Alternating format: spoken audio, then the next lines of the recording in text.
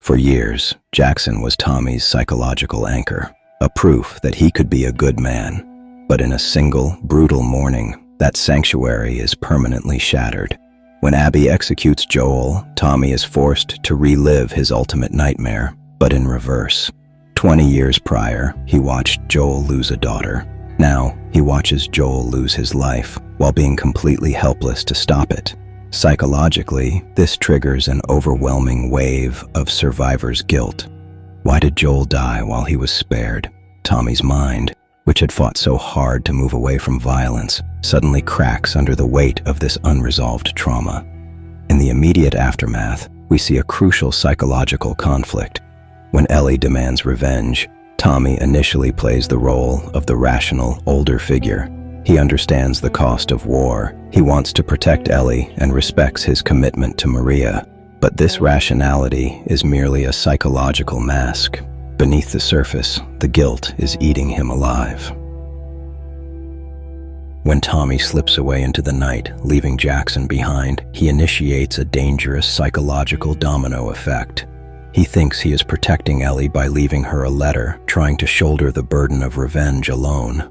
But psychologically, Tommy fails to realize that trauma is contagious. His departure doesn't stop Ellie, it triggers her. As Ellie and Dina pursue him through the rain-drenched ruins of Seattle, they aren't just hunting Abby, they are hunting Tommy, trying to save him from himself. But the Tommy they find clues of in Seattle is no longer the peaceful leader of Jackson. He has completely reverted to his primal, terrifying past. As we explore Seattle, we don't see Tommy directly at first, but we see his psychological footprint. It's written in the bodies of the WLF soldiers he interrogates and eliminates. Tommy is using the exact same brutal tactics he learned 20 years earlier in Boston. The psychological wall he built to protect his sanity has completely collapsed. He has allowed the monster inside him to take the wheel, believing that a righteous cause justifies the horrific means. This psychological regression reaches its absolute peak during the infamous sniper sequence at the marina. Here, the game flips our perspective, forcing us to face Tommy not as a hero, but as a terrifying, unstoppable force of nature. Through Abby's eyes, Tommy is an invisible demon, a cold-blooded predator who doesn't hesitate to blow Manny's brains out in a split second. In this moment, Tommy is completely detached from the moral compass he fought so hard to build in Jackson. He is hyper-focused, driven by a tunnel vision obsession with Abby. But this isn't just anger. It is a desperate psychological attempt to find closure. He believes that if he kills the person who took Joel, the nightmares will finally stop.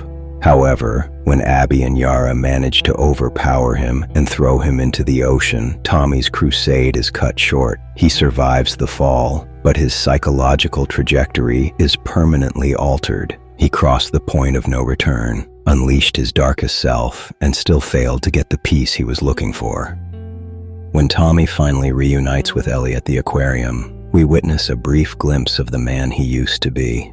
Seeing Ellie broken, traumatized, and drowning in the exact same guilt that ruined his own youth, Tommy's protective instincts kick in again. He steps back from the edge of his obsession. At the theater, we see a psychological reset.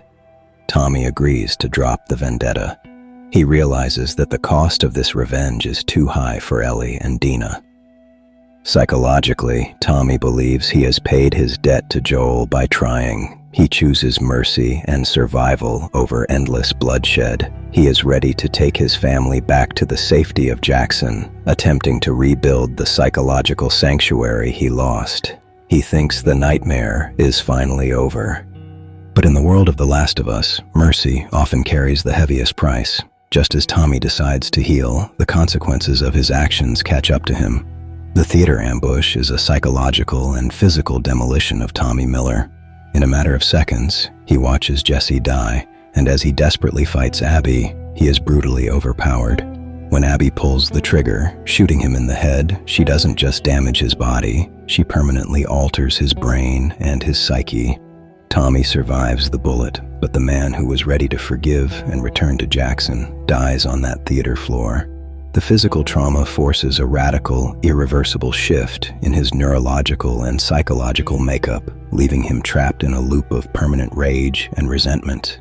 Months later, we find Tommy at Ellie and Dina's farm, and the psychological transformation is devastating. He is a bitter husk of his former self.